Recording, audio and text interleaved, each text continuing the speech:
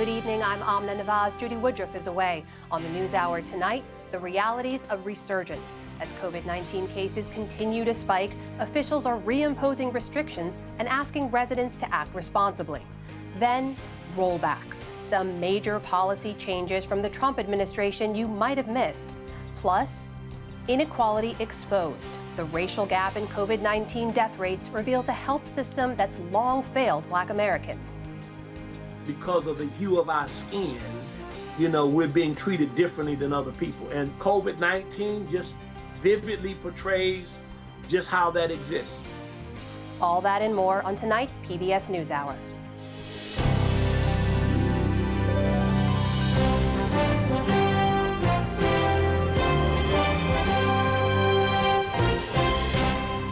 Major funding for the PBS NewsHour has been provided by... When the world gets complicated, a lot goes through your mind. With Fidelity Wealth Management, a dedicated advisor can tailor advice and recommendations to your life. That's Fidelity Wealth Management. Consumer Cellular. Johnson & Johnson. Financial services firm Raymond James. The Kendeda Fund, committed to advancing restorative justice and meaningful work through investments in transformative leaders and ideas. More at kendedafund.org. Carnegie Corporation of New York, supporting innovations in education, democratic engagement, and the advancement of international peace and security at carnegie.org. And with the ongoing support of these individuals and institutions.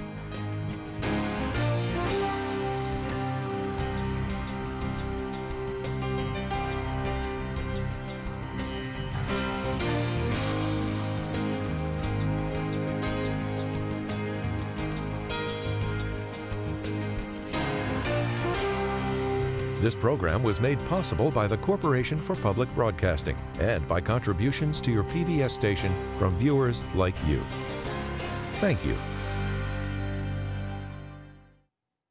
The list of pandemic victims keeps getting longer tonight, with 3.5 million cases nationwide, and the political fallout keeps growing for President Trump. Meanwhile, the issue of face masks has become a frontline fight for a key state this November. Lisa Desjardins begins our coverage. In Georgia, a political collision over life and death decisions. As the virus surges, overnight, Republican Governor Brian Kemp signed an order banning any public mask requirements. That in direct conflict with several cities and towns which have ordered masks be worn. Today, Atlanta Mayor Keisha Lance Bottoms said she is keeping her mask order in place. It's a simple thing to do. It's an easy thing to do. We will just continue to push and ask people to do it despite the disagreements that we may have. This one day after President Trump visited the state, praising Kemp and reopening to a local TV station. And you've reopened and you're just, you're getting close to having 100% open, and you've really kept the virus to level down, which is an incredible tribute to a lot of good, talented people.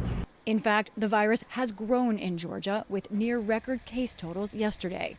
Now, indications the crisis overall is taking a deeper political toll on President Trump. Mr. Trump replaced his campaign manager, Brad Parscale, yesterday with a top advisor, Bill Stepien.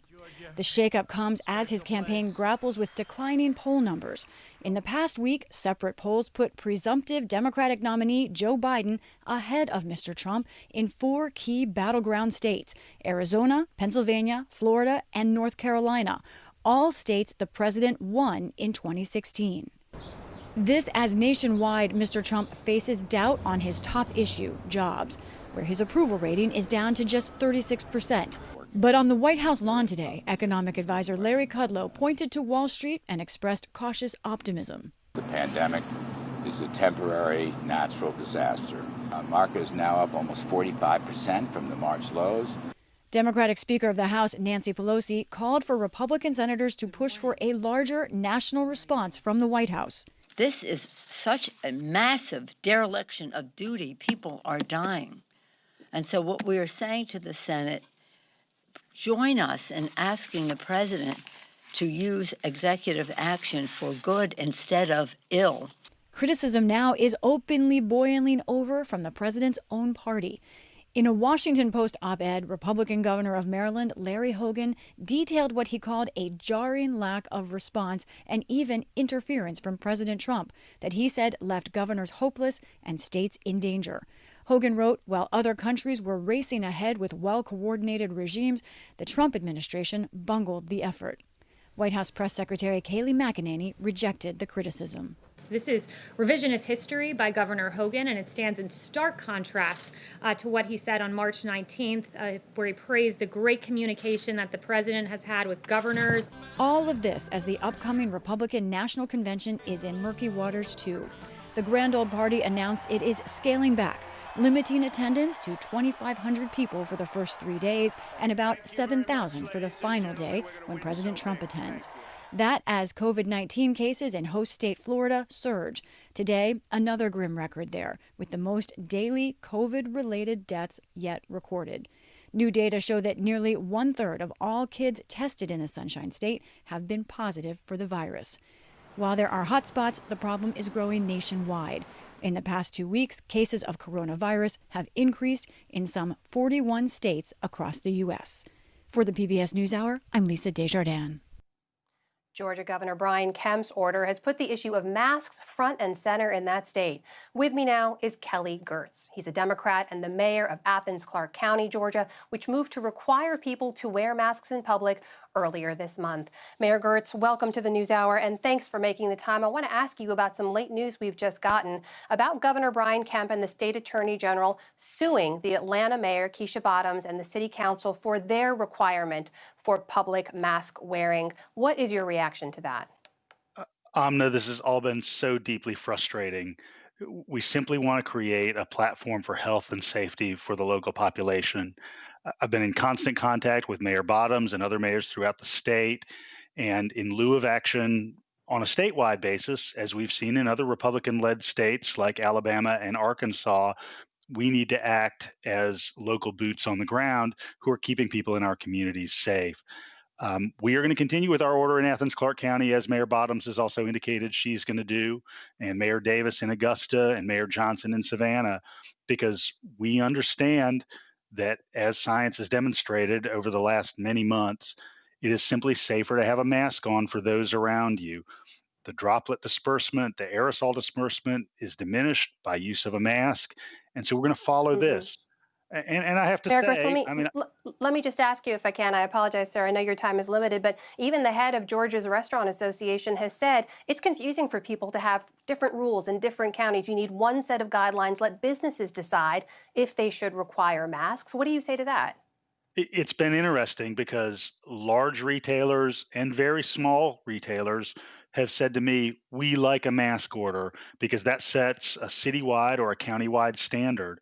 And so we know from one block to another, from one vendor to another, the public is going to have the same experience.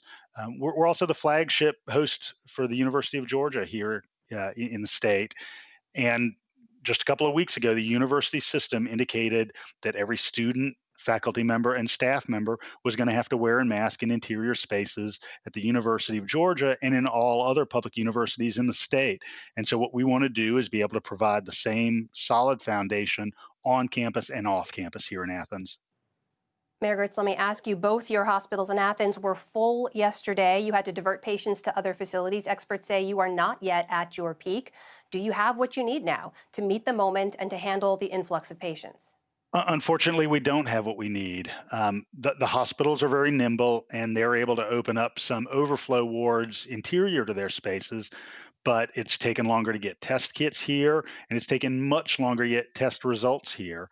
People call me every day here in my office and say, I'm feeling sick. I've come into contact with somebody who's COVID positive, and it's going to take me 5 days to even get an appointment to get a test. And then I'm hearing that it's taking somewhere between 4 days and 8 days to get results after that test. That's antithetical to the kind of things that need to happen. I mean, I sit here in front of you and I wonder, can I get annexed into Germany or at least North Carolina? Mayor Girtz, I should mention, as you said, students are coming back to campus at the University of Georgia next month. With all this confusion over which rule stands on the face masks in a matter of seconds, are you worried about compliance and the virus spiking in a few weeks? Absolutely. Here we are in July, and we haven't even had the student population return. I wonder very much where are we going to be in September and October and November when more people are inside and not in outdoor spaces. That is Mayor Kelly Girtz of Athens, Clarke County in Georgia. Thank you so much for your time. Please stay safe. Thank you, Amna.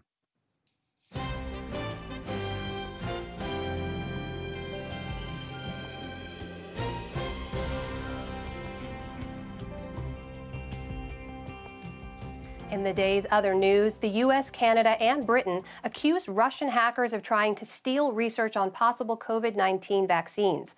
The three nations said a group known as Cozy Bear, linked to Russian intelligence, is targeting academic and pharmaceutical groups. It's unclear whether any information was actually stolen. The FBI announced today it's investigating a sweeping security breach at Twitter. That comes after hackers accessed high-profile accounts on Wednesday, including Barack Obama, Joe Biden, Bill Gates, and Kanye West, among others. They then tweeted from those accounts, promoting the cryptocurrency Bitcoin. We'll get more details on all of this and the alleged Russian hacking of COVID research later in the program. The European Union's top court has voided an agreement that let big tech companies share data on EU citizens with the U.S. Privacy activists in Europe welcome the decision. Austrian activist Max Schrems said he hopes the two governments will guarantee that users' data is protected in the U.S. as strongly as it is in Europe. Silicon Valley will simply realize that either U.S. laws are going to be changed to a certain extent, or they will literally have to move a lot of their operation to Europe and even split their systems into two parts. The case grew out of disclosures by Edward Snowden, a former contractor at the U.S. National Security Agency. In 2013, Snowden revealed that Facebook was giving U.S. security groups access to European users' data. The Vatican is telling bishops they should report all claims of clergy sexual abuse to police, even if local law doesn't require it. That new guidance issued today aims to force church leaders to investigate such cases. It also urges them not to dismiss allegations made anonymously through social media. For the second time this week, the United States has executed a federal death row inmate. Wesley Ira Perky died by lethal injection today at a federal prison in Indiana. He'd been convicted in 2003 of kidnapping and murdering a teenage girl in Kansas City. This week's federal executions are the nation's first in 17 years. The Trump administration fired off new warnings about China today in a growing pressure campaign. Attorney General William Barr said Americans have become too reliant on Chinese goods and services. And in Grand Rapids, Michigan, he accused the ruling Chinese Communist Party of mounting a, quote, economic blitzkrieg to get ahead of the United States. Globalization does not always point in the direction of greater freedom. A world marching to the beat of the communist Chinese drum will not be a hospitable one for institutions that depend on free markets, free trade, or the free exchange of ideas. Already this week, the U.S. stripped Hong Kong of preferential trading status. It also rejected Chinese claims in the South China Sea and imposed travel curbs on employees of the telecom giant Huawei. Beijing said today it will stand up to what it called gangster logic. The U.S. Supreme Court refused to intervene in a fight over convicted felons' right to vote in Florida.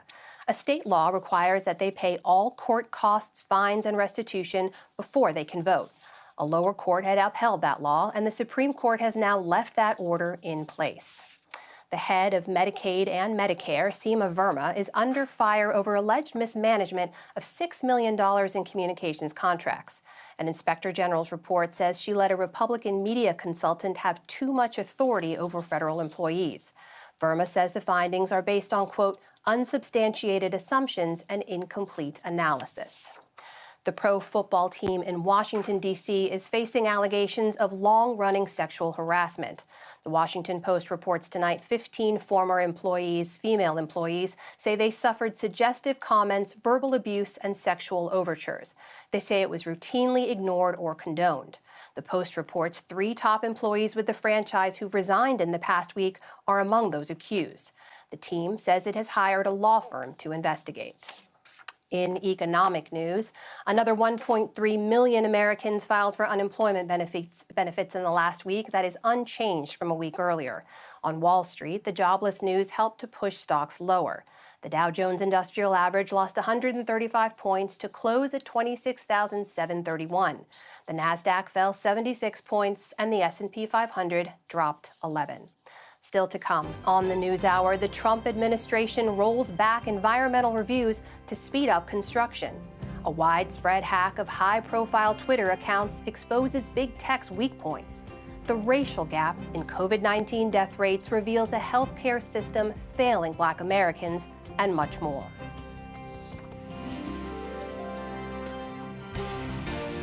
This is the PBS NewsHour from WETA Studios in Washington and in the West from the Walter Cronkite School of Journalism at Arizona State University. Over the last few months, the global pandemic and worldwide protests for racial justice have dominated headlines. But at the same time, the Trump administration has been pushing through its campaign promises to roll back environmental regulations, scale back immigration, and scrap financial protections. President Trump held an event on the South Lawn today to tout his progress. Before I came into office, American workers were smothered by merciless avalanche of wasteful and expensive and intrusive federal regulation. These oppressive, burdensome mandates were a stealth tax on our people, slashing take-home pay, suppressing innovation, surging the cost of goods, and shipping millions of American jobs overseas. We ended this regulatory assault on the American worker, and we launched the most dramatic regulatory relief campaign in American history by far. We want to take a step back now and take a deeper look at some of those big policy shifts over the last few weeks. For that, I'm joined by our White House correspondent, Yamiche Alcindor. Yamiche, it's good to see you. Let's start with what we reported just yesterday on the president rolling back a long-standing environmental regulation. What exactly happened there?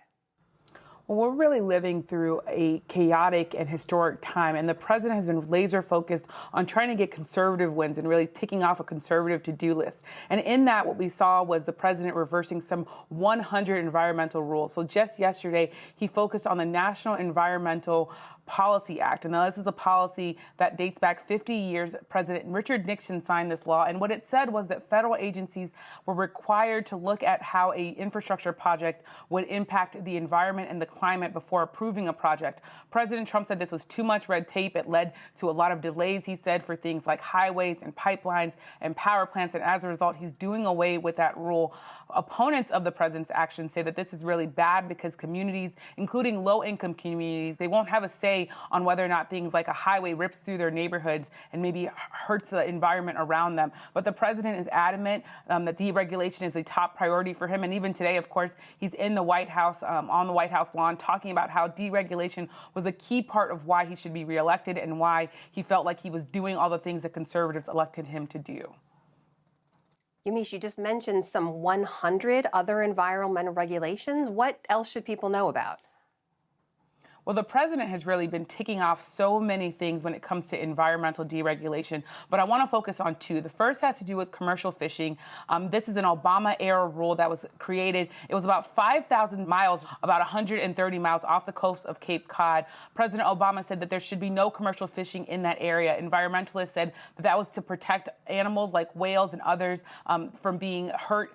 But commercial fishermen really pushed back on that and said that this was about their livelihood. President Trump is now saying that that fishing can continue on and that people should be allowed to fish in that area. The second thing I want to point to is another Obama-era rule, and this had to do with Alaskan bears and how animals in Alaska can be hunted. So the Obama administration said that you should not be allowed to bait grizzly bears with things like bacon-soaked donuts, or you shouldn't also be able to blind hibernating mother bears or their cubs and then shoot them, or even shoot swimming caribou. But the Trump administration is saying all of those things should be allowed, so they're rolling back that policy. And hunters say that this is a good thing for them because they see this as an infringement on their rights. But environmentalists say that this is really cruel to the animals and that the Trump administration is allowing things that are inhumane to happen to these animals. So there's another central campaign pledge from President Trump that was to reform immigration and our immigration system. What has he been doing, and what's the administration been doing on that front? Well, of course, the president has made immigration a central part of his administration, and it is a central part of his reelection campaign. So in this regard, the president has been looking at building the wall on the southern border, and the head of the Department of Homeland Security said that they're going to be bypassing some 26 or more environmental rules as they seek to build more and more of the wall. And as a result, things like the Clean Water Act and other things are not going to be things that they're going to be looking at as they try to put new barrier up on the southern border. Opponents of this say that this is going to really hurt communities. It's going to hurt the environment to try to get this goal that President Trump has. Another thing that the president and the Trump administration is doing is looking at asylum seekers. So there's been a lot of talk from President Trump about illegal immigration, but this is targeting legal immigration. And in this case, they're using the coronavirus pandemic and saying that asylum seekers might be denied asylum in the United States if they're seen as a public health risk. That could mean that they went through a country that has an outbreak of the coronavirus. It is, of course, important to note that the United States is leading when it comes to coronavirus cases, and there are opponents of the president who say that this is really the president chipping away at legal immigration. He's done so much when it comes to asylum seekers, including making them remain in Mexico, as we've noted on this show, but this is focusing specifically on asylum seekers and their health. And Yamiche, you've been tracking a number of other underreported policy changes in the last several weeks. What else do people need to know about? What else has changed? One other big change that happened is that the Consumer Financial Protection Bureau, they're doing away with this Obama-era rule that said that these payday lenders, these are, of course, short-term, high-interest loans that people take out if they're in need, that these lenders will no longer have to look at whether or not the people that are taking out these loans, whether or not they will be able to pay these loans back. So looking at their income and their ability to pay back. Opponents of the president's action say that this is going to put low-income people and people of color and single parents, a lot of the people who take out these loans, that it's going to put them in a cycle of debt because they're not going to be able to pay back these loans. And as a result, they're going to have to take out another loan to pay that loan back. But people who are supportive of the president's rules and his changes, they say that this is going to allow more credit to be accessed to low-income people who need it. It is a controversial rule. It's something that Senator Elizabeth Warren pushed for to get, and now she's blasting the Trump administration for doing away with it. Yamiche, when you look at the body of all these decisions, all these changes, what can you tell us about why President Trump is making these moves? President Trump is focused on trying to give conservatives something that they feel good about. So the president has been facing all sorts of backlash on his handling of the coronavirus. Just recently, the Republican governor, Larry Hogan, put out a pretty scathing op-ed where he said that the president is not taking care of governors all across this country. But in this case, these rules are meant to kind of throw a little red meat to the base. Something else that's important is that this is all happening as the president is changing up his own administration and changing up his own campaign. In this case, he got a new campaign manager, and that's in some ways hinting at the fact that he's worried about his standing in the race, as we see polls in battleground states showing that the president is behind Joe Biden. Another thing to note is that the president is really trying to make sure that conservatives feel that he is being loyal to the things that he promised. This deregulation was a big thing that the president promised, including judicial nominees, and he has done some of these things that makes conservatives feel like even if I don't like the brashness and the tweets, the president is in some ways doing what the conservatives want him to do. All with just months to go before the election. That is our White House correspondent, Yamiche Alcindor. Thanks, Yamiche.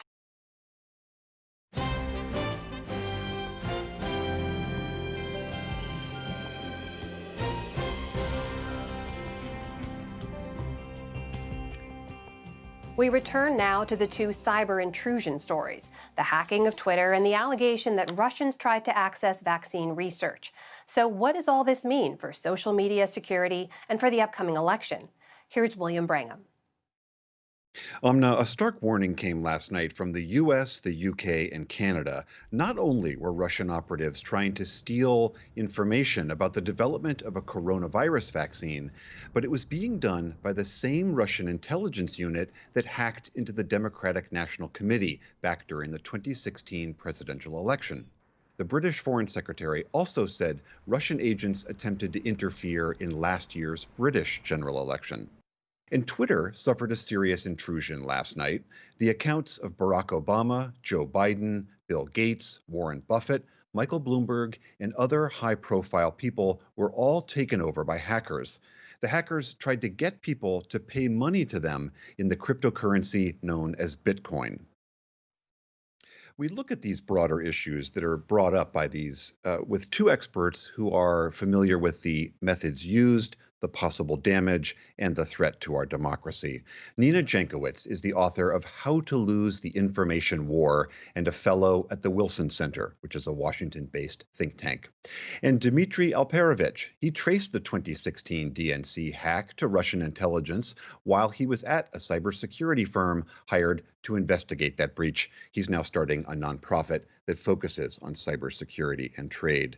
Welcome to you both. Thank you very much for being here. Dmitry, to you first, about this Twitter hack. Can you just give us a sense, what is it that we know happened? Well, we actually have some breaking news that were revealed just in the last few minutes before we went on the air. And that is that we may have possible attribution to who may have been behind this attack.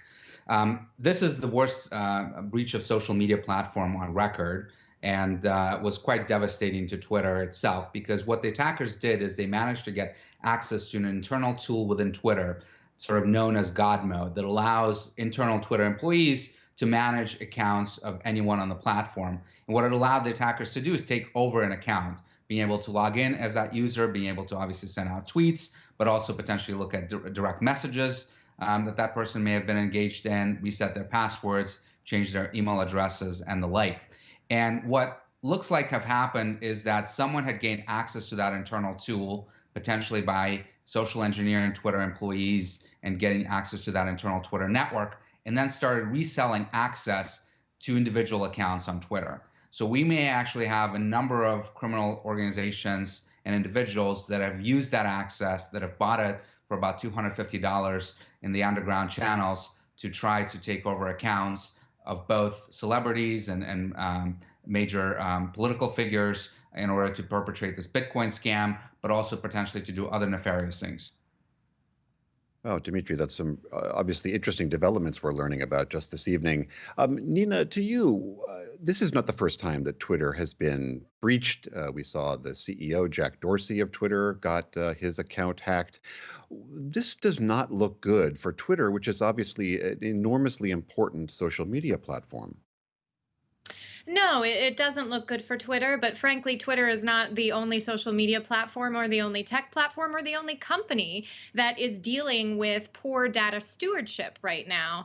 Facebook has had a number of breaches. In one, 90 million accounts were affected when people used the view as function to exploit a loophole and gain access to accounts. The list is very long, and I think this points to a need for some really good regulation that has teeth, so that our social media platforms that have so much information about our likes, our dislikes, our habits of engagement and consumption, our personal information, are held accountable when this data goes missing or when they aren't protecting it to the degree that they ought to. Dmitry, is that your sense? Is there something that we could do to, obviously these warnings have been shooting off like red flares for years now. What are we not doing to encourage and force the hands of these companies to try to tighten up their security? Well, I do think when it comes to Twitter, they've had plenty of warnings. In fact, just last year, a number of individuals were indicted by the FBI that were working inside Twitter on behalf of the Saudi government and were providing Saudi government with private information using their access on various dissidents that the Saudi government was interested in.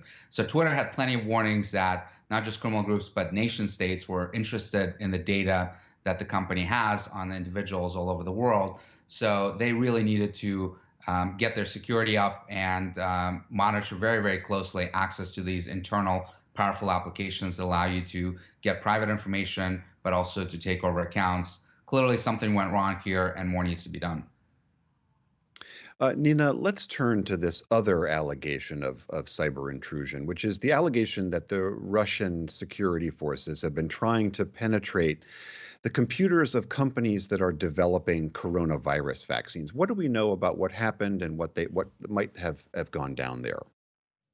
Well, what we know so far is that the same Russian group that hacked the Democratic National Committee in 2016 was trying to gain access to intellectual property and supply chain information related to the vaccine development for the coronavirus.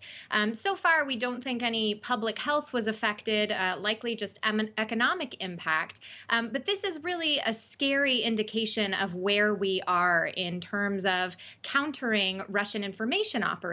We have had 4 years to get it together, and we've done very, very little to deter Russia and other bad actors, of which there are many, from these sorts of exploits. Not only are they trying to, deal with coronavirus vaccine information, they're also, still trying to influence our elections, which are approaching ever more quickly. The U.S. government has not done enough to deter these organizations, and the Trump administration instead has curried favor with Putin and trusted Putin's word over the word of its intelligence community. I think this is a dereliction of duty, and certainly I think we all need to be very worried for what's to come in November.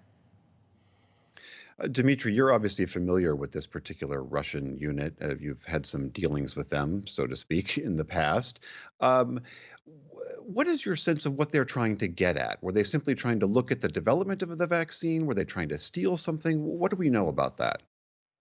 So this is actually one of the units that was responsible for the hack of the DNC, and it's not the most well-known unit. The one that everyone thinks of and the one that was indicted by the Justice Department a few years ago was known as GRU, Russian Military Intelligence, that didn't just hack the emails, but also leaked them out publicly and provided them to WikiLeaks.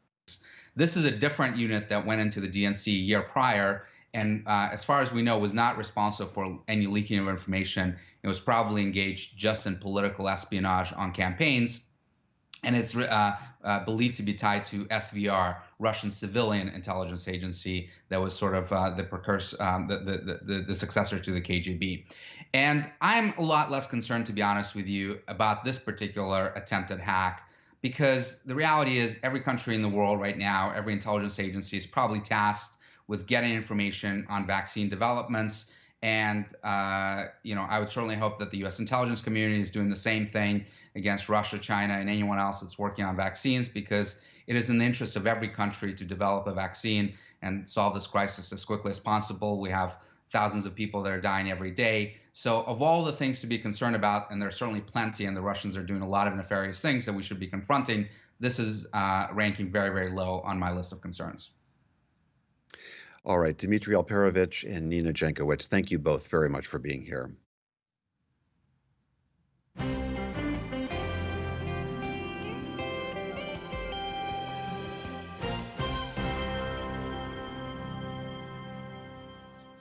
Now, the second of a two-part Race Matters report from Paul Solman on how past and present inequalities have sapped the wealth and health of Black Americans. Last night, Paul focused on economic matters. Tonight, he looks at health outcomes, all magnified in the time of COVID. His report is part of our ongoing economic series, Making Sense. Within 48 hours, Desmond Tolbert lost both mother and father to COVID-19. Both of your parents at the same time? It's hard. Back in April, Black rural Georgia, where the Tolberts lived, had some of America's highest pandemic death rates, foreshadowing today's stunning statistic that Black Americans are at least twice as likely to die of COVID-19 than whites, almost 4 times more likely when you control for the fact that the Black population is younger. I've never dealt with so much death in my life in such a short period of time as this.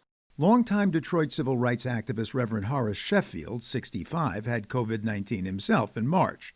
He recovered, but his congregation has been decimated. We all experience death in urban settings, people who killed before their time and violence and all that. He may no longer be walking upon the earth. But nothing like this at all, ever.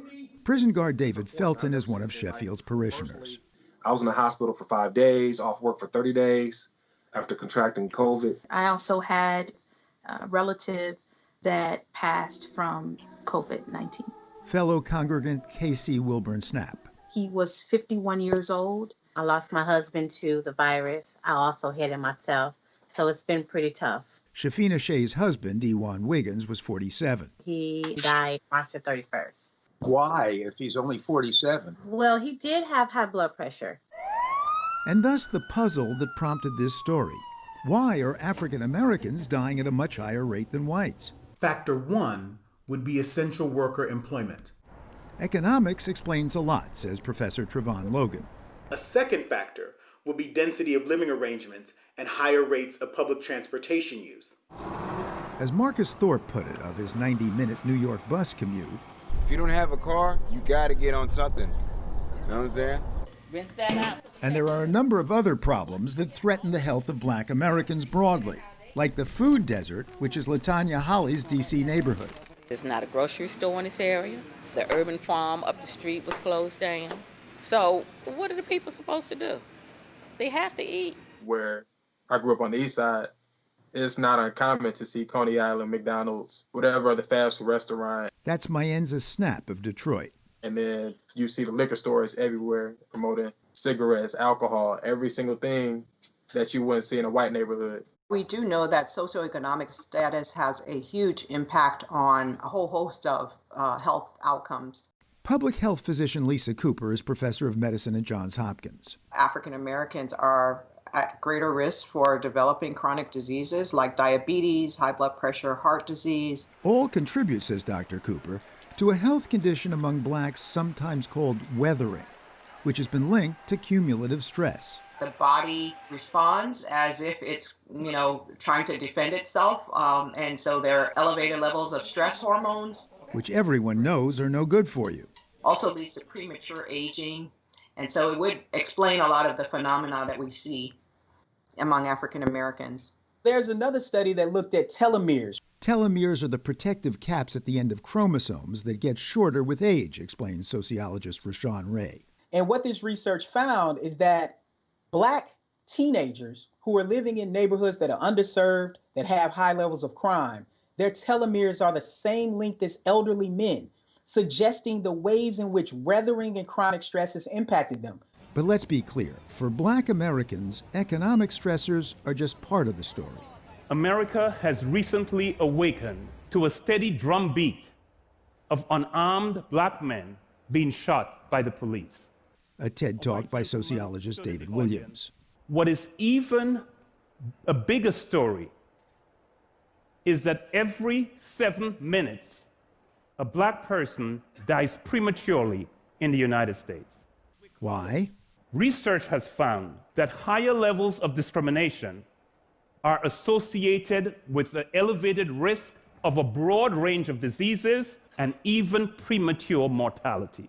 And that's separate from the effects of economic disadvantage. Racism has an independent effect on health. You can have African Americans who are upper middle class, who are experiencing much higher rates of disease than you would see among white Americans at the same level of socioeconomic status. We feel it is a very important cause. In 1968, psychiatrists William Greer and Price Cobbs co-authored a book called Black Rage. All Black people are angry, not just a few militants whom one may see on television. Black people in this country have had it. By 2020, says economist Sam Myers, it just builds up, and at some point, you just explode. Let's stop shooting our young men. Myers, born deaf, hardly needs to lip read to understand a not untypical encounter with police in Minneapolis, where he's been a professor for decades. Put your hands up on the dashboard. I mean, I learned very quickly that it is dangerous to reach into your pocket to get your wallet. That the police officer instinctively believes that you're reaching for your weapon. Outrageous, arguably. Enraging, for sure. And so what we've done is that we've kind of moved our anger internally because we believe that we have a job to do with respect to proving that we are worthy, that we are capable, that we are productive citizens. But that's what happens when that builds up. I have been pulled over by the police more than 10 times in my own life. Again, economist Trevon Logan. I think it's impossible for anyone who's lived as an African American in this country to say that they haven't experienced racially specific stress, and that stress will have physiological consequences. Which may explain why by age 55, more than 75% of Black Americans have hypertension, blood pressure higher than 130/80, compared with less than 50% of whites. You have high blood pressure? Yes, definitely. That's why this COVID-19 has been such a harassing menace in our community, because people already were unhealthy. And less access to health care makes matters worse, says Rashawn Ray. Black men are less likely to utilize healthcare because of discrimination that's embedded within the healthcare system. There's a recent study, really important for COVID-19, showing that Blacks were 6 times more likely to be turned away from testing once they even went to the hospital. This family's story is so upsetting. In a Detroit case that made national news, 56-year-old Gary Fowler died at home on April 7th, having been denied a test at 3 hospitals. His father had died of COVID hours earlier. His wife was hospitalized the same day. His children later tested positive, including stepson Keith Gambrell. I understand now why Black people are the highest affected mortality rate with this, because we're being pushed home to die and affect our family. That's one reason why Reverend Sheffield has started a testing program that's already served thousands. We understand that because of the hue of our skin, we're being treated differently than other people. And COVID-19 just vividly portrays just how that exists. And continues to. For the PBS NewsHour, Paul Salman.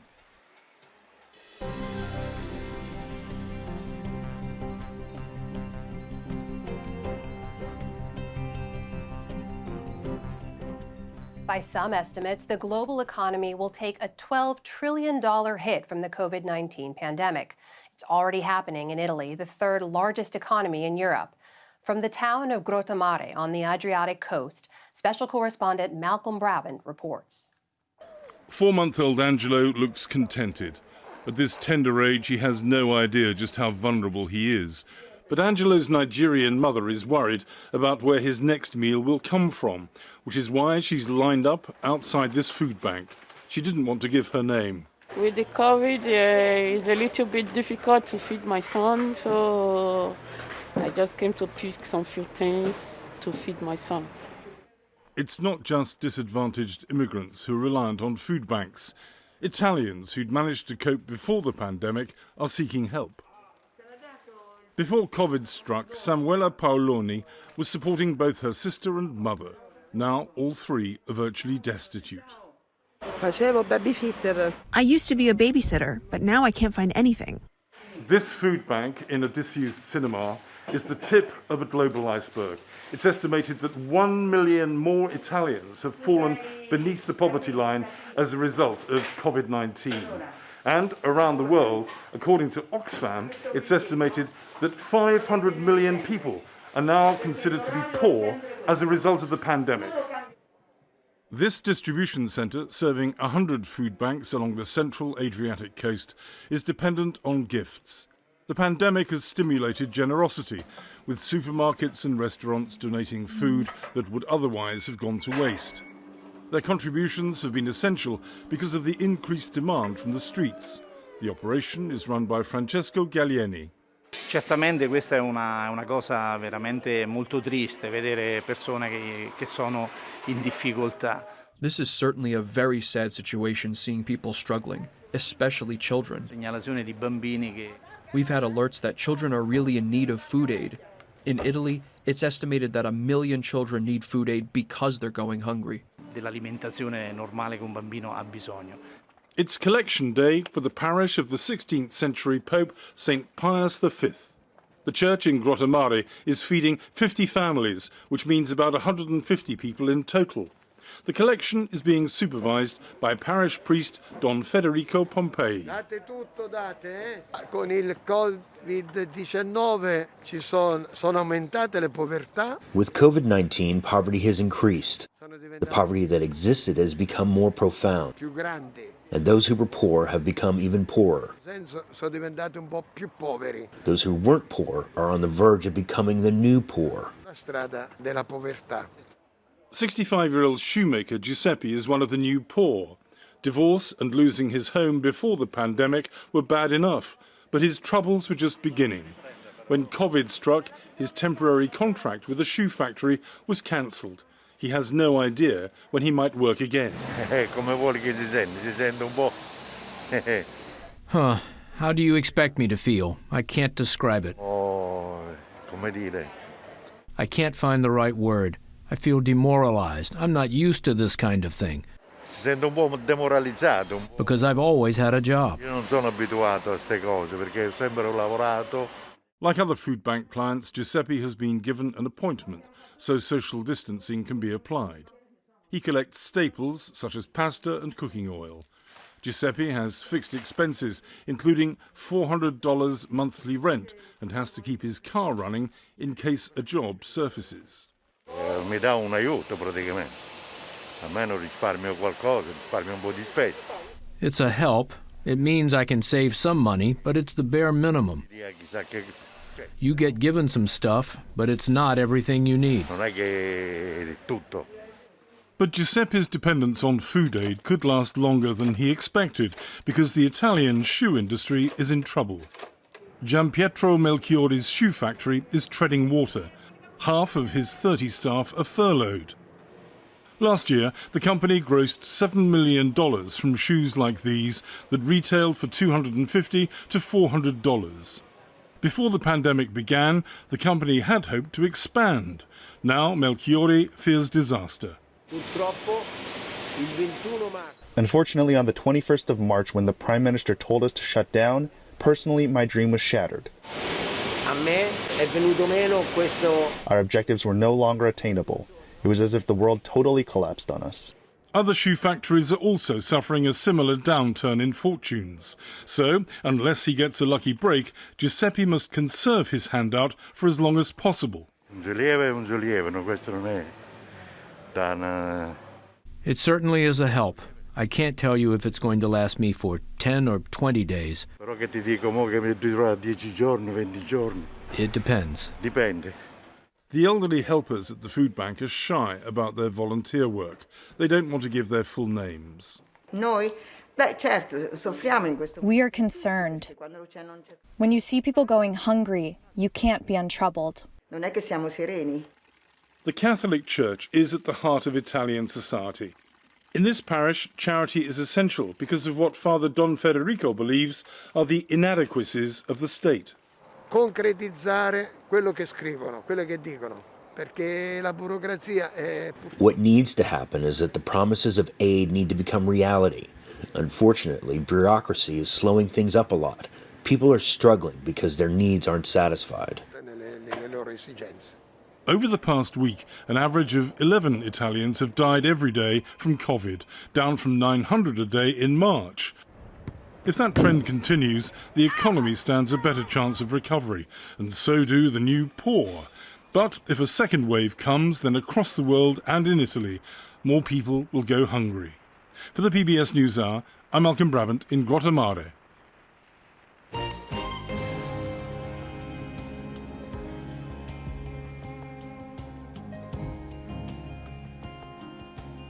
Since the very beginning of the COVID-19 pandemic, we've heard stories of loss and lasting illness.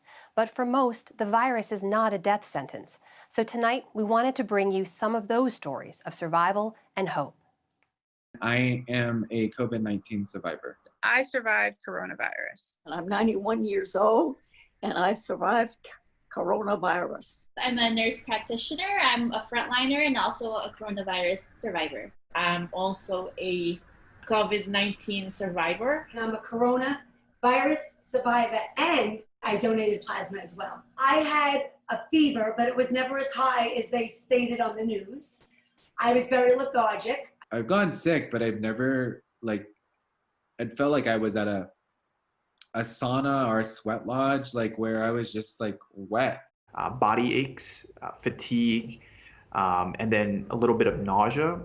I didn't have any shortness of breath, no fever at all. I was asymptomatic, and I had I didn't feel any different than I did normally. They did a chest x-ray, and I had a severe bilateral pneumonia. I was gasping for breath probably about every 20 or 30 times a minute. And a couple of nights I said my goodbyes to the world and woke up in the morning not knowing that I would. In the hospital, I sing songs to myself. I try to comfort myself, and I prayed a lot, and I made videos on Facebook to let people know, this is what's going on with me, but trying to encourage people too. Knowing my status, it gave me some relief in some ways. This is not good news, I'm positive, but it's also good news in a sense that I can focus my body on where I need healing. I would take in a very, very, very deep breath and hold it for 5 seconds, and then I would breathe out very slowly, and I would do that over and over. During those moments, I just would think about how I needed to get well for my kids and that I had so much to live for. Even if you're someone who's relatively healthy, living an active lifestyle with no underlying illnesses and relatively young, your life can really be impacted by this virus. Some patients are kind of on the fence sometimes when reaching out to their primary care doctor. But if there's something that's off and you're concerned, definitely seek medical advice. Don't wait. Just take it one day at a time. Don't worry about the future. Just be grateful about the past. I always thought that at the end of my life, I would have time to say goodbye, and maybe not. I'm going to, spend my time to make sure that the people I love know that and why. I had no idea how much people cared for me. You just never know the difference that you make in someone's lives. And I've heard people say that to me, like, wow, we really need you to get better because you're an inspiring person to me. And I'm like, really? Thank you. I made it. I got my double negatives, and I'm so excited. I got to hug my daughter. I got to touch her face. I got to feel like mom again instead of like some just big ball of germ. I just feel lucky to be alive. One thing that has helped me through this process is having hope. I'm taught through everything you face in your life, you always have sehasin, or hope. So what if we're in phase 3 or we have to stay in another week? We have our health, we have our family. It's only gonna get uphill. It can't get any worse because you've come out of this. Hope is on the way. I always believe that hope is on the way. This will not last long. The morning is going to come if you could just make it through those tough moments. Hang on, stay strong. You could do it.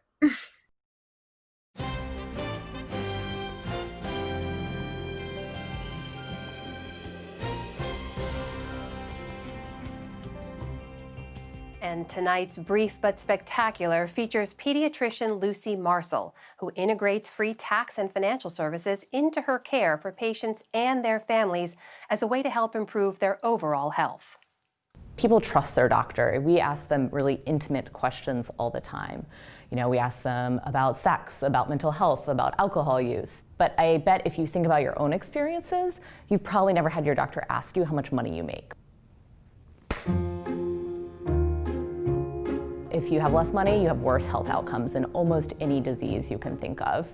Poor children in the US die at higher rates. They're 1.5 times more likely to die. They're twice as likely to be hospitalized. So it really is a health issue, and it's negligence on our part not to be asking about it. I had a mom in clinic last week who is trying her best to raise 2 lovely kids, but she's been homeless, she's been in several abusive relationships, she's encountered mental health problems, and as a result, it's been hard for her to keep steady jobs. With her, for instance, I asked her, have you filed your taxes? She said, I'm not going to. I only made $3,000 last year. And I was able to explain to her how if she did file, the US government would give her $1,200.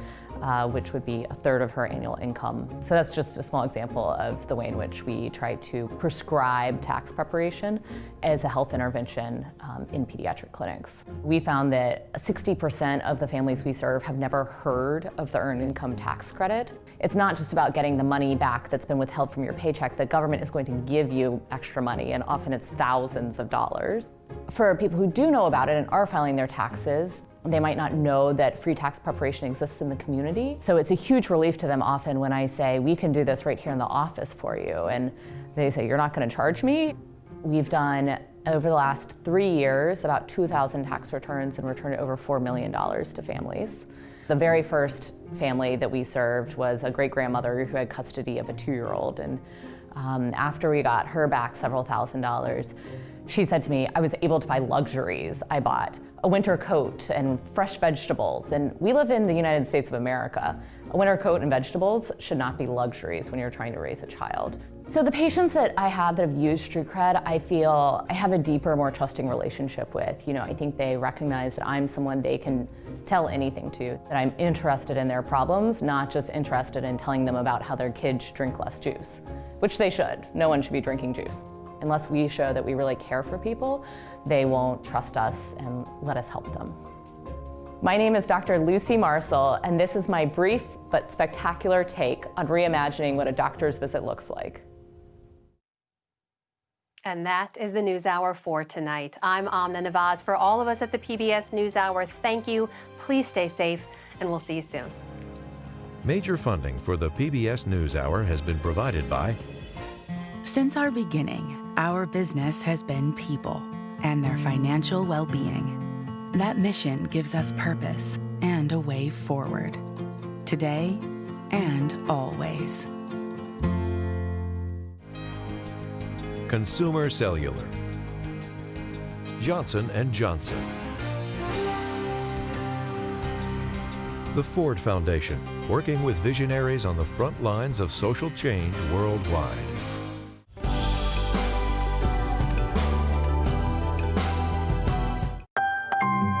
The Alfred P. Sloan Foundation, driven by the promise of great ideas.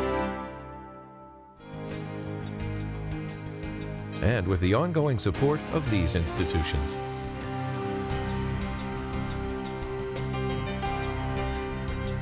And friends of the NewsHour.